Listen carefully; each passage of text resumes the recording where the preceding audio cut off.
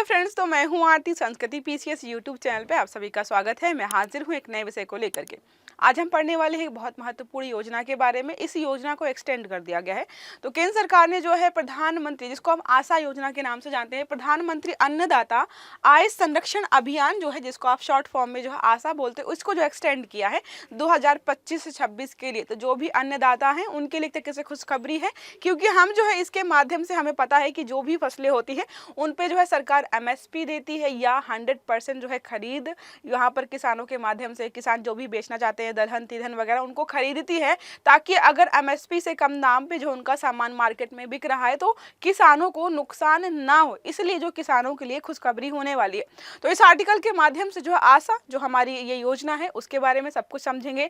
कब स्टार्ट किया गया, क्यों स्टार्ट किया गया, इसके बेनिफिट्स क्या क्या होने वाले, किन किन दलहनों को या तिलहनों को जो है इसमें सम्मिलित किया गया है, सब कुछ यहाँ पर हम देखने वाले हैं। देखिए, ठीक है।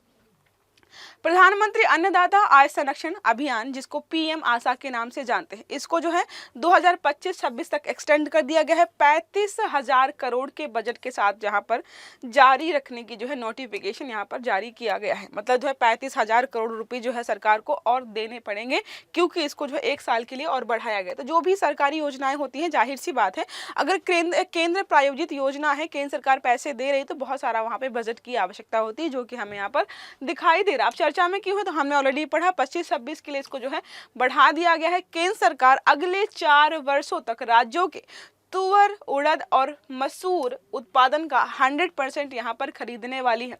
अब क्या क्या है स्कीम में, तो यही है कि जितना भी मतलब दलहन वगैरह है उन पर जो है प्रीमियम देना, तिलहन पर प्रीमियम देना, खाद्यान्न फसलें हैं या वाणिज्यिक फसलें हैं उन पर जो है सरकार प्रीमियम देती है। अगर मार्केट प्राइस जो है, मार्केट में जो है एमएसपी से, मान लीजिए एमएसपी के बाद कोई चीज़ जो है, दाल जो है 100 रुपये किलो बिक रही है, लेकिन बेचारा जब मार्केट में बेचने आता है तो 80 रुपये में ही बिके, तो 20 रुपये जो डिफरेंस है वो सरकार जो है पैसे देती है किसानों को, ताकि उनको कोई नुकसान ना हो। तो ये सारा हम यहाँ पर पढ़ने वाले हैं। अब बात करें जो है इसकी स्टार्टिंग कभी, तो प्रधानमंत्री अन्नदाता आय संरक्षण अभियान जो है 12 सितंबर 2018 को शुरू किया गया था। 2018 से लेकर 25-26 इसकी अवधि अभी चल रही है। किसानों को उनके उपज का न्यूनतम समर्थन मूल्य एमएसपी जो है यहाँ पर लाभ दिलाने की कोशिश की जाती है, लाभ दिलाया जाता है एक तरीके से। अगर बात करें नोडल मंत्रालय की, तो याद रखिएगा नोडल मंत्रालय कृषि एवं किसान कल्याण मंत्रालय।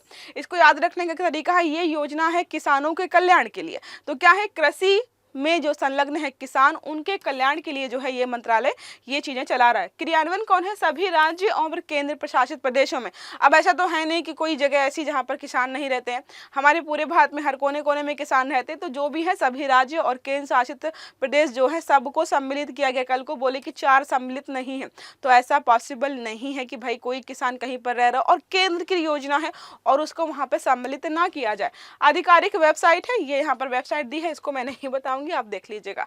अब बात करें यहाँ पर जो है मुख्य घटक क्या है, पीएम आशा योजना जो चलाई जा रही है, तो योजना को 3 प्रमुख घटकों में यहाँ पर विभाजित किया गया है। अब 3 घटक कौन कौन से हैं ये हम देखते हैं। पहला है मूल्य समर्थन योजना। हमें यहाँ पर समझ में आ रहा है कि कोई ये योजना क्या करती है, राज्य सरकारें हैं, केंद्रीय एजेंसियों के माध्यम से चलाई जा रही हैं। इसमें होता है कि जो तिलहन है और दलहन है, इसके अलावा जो कपास जैसी फसलों की खरीद जो है नाफेड हो गया, एफसीआई हो गया, सीसीआई जैसी एजेंसियां करती हैं।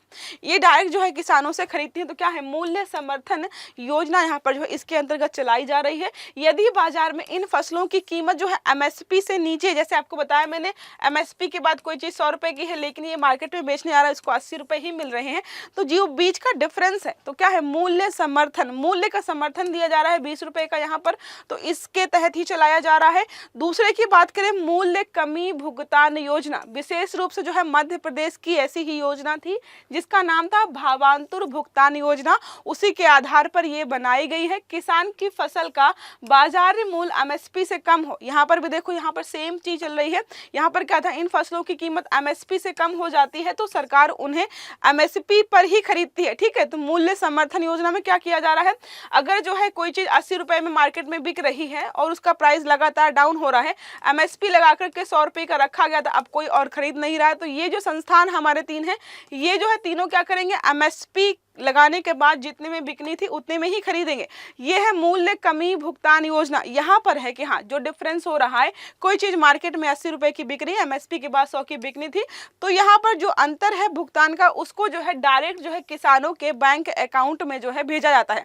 अब अगर किसी किसान को इस योजना का लाभ उठाना है तो पहली बात तो जो है प्रधानमंत्री किसान समृद्धि योजना या जो अन्य हमारी योजनाएं हैं उसके माध्यम से जो है इसको जो है लॉगिन कराना होगा या फिर जो है अपना रजिस्ट्रेशन कराना होगा। यह योजना मुख्य रूप से किन किन फसलों के लिए चलाई जा रही है, तो तिलहन, सरसों, सोयाबीन आदि जो भी चीजें हैं उन पर जो है केंद्रित है, ताकि किसी भी किसान को नुकसान ना। अब देखो, अगर सोचो दाल, तिलहन वगैरह है, इन पर किसानों को नुकसान होने लग जाए तो वो क्यों उगाएगा, इनको उगाएगा ही नहीं, वो दूसरी फसलों पर शिफ्ट कर जाएगा कि भाई इनका तो रेट बहुत कम है, मार्केट में बिक नहीं रहे हैं, हमें नुकसान हो रहा है, हम इसका उत्पादन नहीं करेंगे। अब जब उत्पादन नहीं करेंगे तो भारत के पूरे भूभाग में किसी एक दाल का, तिलहन का उत्पादन कम हो जाएगा। अब भारत सरकार को क्या करना पड़ेगा, दूसरे देशों से आयात करना पड़ेगा। तो आयात करना पड़े, इससे अच्छा है कि अपने ही किसानों को थोड़ा सा सपोर्ट कर दो ताकि वो उस चीज़ का उत्पादन करते रहें, हमें बाहर से ना खरीदना पड़े। अब निजी खरीद और भंडारण योजना, अब जरूरी नहीं कि सब कुछ सरकार ही खरीदे या मार्केट में जाकर किसान बेचे। कई बार जो है सरकार क्या करती है कि निजी व्यक्तियों से संपर्क करती है कि आप खरीदो, जितना हमने एमएसपी डिसाइड किया आप खरीदो, भले ही नहीं खरीदना चाहते हो। जितने पैसे का भी आपको नुकसान हो रहा है, जो अंतर आ रहा है, मार्केट में 80 का बिक रहा है लेकिन हम आपको 100 रुपये का खरीदवा रहे हैं, मतलब आप 20 रुपये एक्स्ट्रा दे रहे हो, तो जो पैसे का अंतर है हम आपको जो है वो पेमेंट जो है आपको हम कर देंगे। किसानों को जो है कहीं पर जाकर जो है परेशान नहीं होना पड़ेगा। देखिए लिखा है, यह योजना कुछ राज्यों में प्रायोगिक आधार पर लागू की गई है। इसके तहत सरकार निजी कंपनियों और व्यापारियों को अधिकृत करती है कि वे किसानों को एमएसपी पर जो है उपज उनकी खरीदें। सरकार निजी कंपनियों को आंशिक वित्तीय सहायता भी प्रदान करती है कि हम आपको वित्तीय सहायता प्रदान करें। यह योजना जो है खासकर तिलहन जो है फसलों पर लागू होती है। अब यहाँ पर बात करें विशेषताएं और इसके लाभ क्या होने वाले हैं इस योजना के। एमएसपी की गारंटी मिलती है इनको। देखो, अब कोई फसल ऐसी है जहाँ पर जो है सरकार ऐसी कोई गारंटी ना दे, तो 80 रुपये में बिक रही थी मार्केट में, उसको 80 में ही बेचनी पड़े क्योंकि एमएसपी की गारंटी मिल नहीं रही है। तो यहाँ पर जो है एमएसपी की गारंटी मिलती है। जो भी किसान है सीधे खरीदार उन करके जो है उनका आर्थिक संरक्षण करते हैं, तो जो भी चीजें हैं डायरेक्ट बिक रही हैं और उनको पैसे प्रॉपर मिल रहे हैं। इसके अलावा जो है अगर बाजार मूल्य गिरता है तो सरकार जो है किसानों को मूल्य अंतर का भुगतान करती है ताकि किसान जो है उत्पादन कम ना करे, अगली बार जो है हतोत्साहित ना हो कि नहीं हम इस फसल को नहीं उगाएंगे। किसानों को जो है बाजार की अस्थिरता से बचाने के लिए किया गया है। तिलहन और दलहन उत्पादन को बढ़ावा देने में जो है मदद मिलती है। भारत को खाद्य सुरक्षा भी हमारी यहाँ पर बढ़ेगी, हम आत्मनिर्भर होंगे। अब जब किसान को पता होगा कि कुछ भी हो जाए, मार्केट प्राइस कितना भी नीचे चला जाए, सरकार जो है 100 रुपये फिक्स करके बैठी है, 100 रुपये में ही खरीदेगी और अगर मेरी फसल 100 रुपये में बिकती है तो मुझे बेनिफिट है, तो क्या हुआ, किसान उत्पादन करेंगे। ऐसे मोटिवेशन आएगा तो कल को हो सकता है उत्पादन खूब अच्छा खासा हो, अच्छी किस्म का हो, तो हम निर्यात भी कर पाएँ। अगर हम किसानों को मोटिवेट नहीं करेंगे तो हमें खरीदना पड़ेगा, लेकिन किसानों को मोटिवेट करेंगे तो हम इतना उत्पादन कर सकते हैं कि कल को दूसरे देशों में बेचकर भी हम फायदा कमा पाएंगे। अब बात करें योजना के लिए पात्रता क्या है, तो भारत का कोई भी किसान है इस योजना का लाभ ले सकता है, लेकिन यहाँ पर क्या है, फसल मंडी में बेचनी होगी अपनी फसल, एमएसपी से कम मूल्य मिलने पर ही। अब एमएसपी 100 रुपये है और तुम कल को 110 रुपये में बेच के आ जाओ तो तुम्हें बेनिफिट नहीं मिलेगा। जो है इसको जो किसान है उसको पीएम किसान और अन्य सरकारी योजनाओं से पंजीकृत होना चाहिए, ताकि वह अब वहाँ पे पंजीकृत हो गए, आप अपने बैंक अकाउंट्स वगैरह डिटेल्स दोगे तो जो भी पैसे का डिफरेंस है आप जो है वहाँ बैंक के माध्यम से ले सकते हो। अब बात करें इसमें कौन कौन सी फसलें शामिल की गई हैं, तो दलहन में जो है मूंग, उड़द, अरहर, मसूर, चना, मटर। तिलहन में जो है सरसों, तिलहन मतलब तेल वाली फसलें सरसों, सोयाबीन, सूरजमुखी, मूंगफली, तिल जो है खोपरा। कपास में जो है विशेष रूप से मूल्य समर्थन योजना के अंतर्गत कपास भी यहाँ पर जो है कॉटन को भी सम्मिलित किया गया है। अब बात करें जो है इस योजना के महत्व की कि इसका योजना का महत्व क्या है। एक सुरक्षा कवच है किसानों के लिए। कल को जो है अगर मार्केट प्राइस जो है मार्केट अस्थिर हो जाता है तो उनको तो है, उनकी आय तो फिक्स है कि हाँ हमारे पास जो इतना उत्पादन हुआ है और हमारी फसल इतने रुपए में बिक जाएगी, हमें कोई टेंशन नहीं है। किसान बिना किसी जोखिम के अपनी उपज को बाजार में बेच सकता है क्योंकि उसको पता है कि एमएसपी मुझे मिल जाएगा। भारत में कृषि क्षेत्र को जो है मजबूत किया जा सकता है इसके माध्यम से, ये बहुत महत्व महत्वपूर्ण हो जाता है।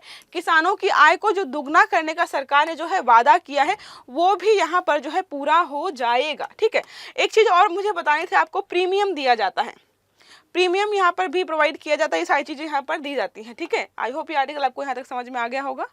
ओके तो ये रहा हमारा आशा अभियान के बारे में कि सरकार ने जो है इसको एक्सटेंड किया है, तो उससे किसानों को क्या क्या बेनिफिट्स होने वाले हैं, कौन कौन सी फसलें सम्मिलित की गई हैं और जो है कौन सा नोडल मंत्रालय है, एजेंसी कैसे काम किया जा रहा है। आई होप ये आपको समझ में आ गया होगा। बहुत सारी चीज़ें जो है हमें जानकारी इसके माध्यम से मिली है और योजनाओं से संबंधित प्रश्न जो है हमारे पीछे से पूछे जाते हैं और फैक्ट्स पूछे जाते हैं कि कब शुरू किया गया, किसने शुरू किया, किन फसलों को सम्मिलित किया गया है, तो वही हमने यहाँ पर पढ़ा है। तो क्लास अच्छी लगी है तो लाइक करिएगा, चैनल को सब्सक्राइब करना मत भूलिएगा, बेल आइकन दबाइएगा ताकि जितने भी हमारे आर्टिकल्स हैं वो आपको समय पर मिलते रहे। अच्छे से पढ़िएगा। Have a good day. Thank you.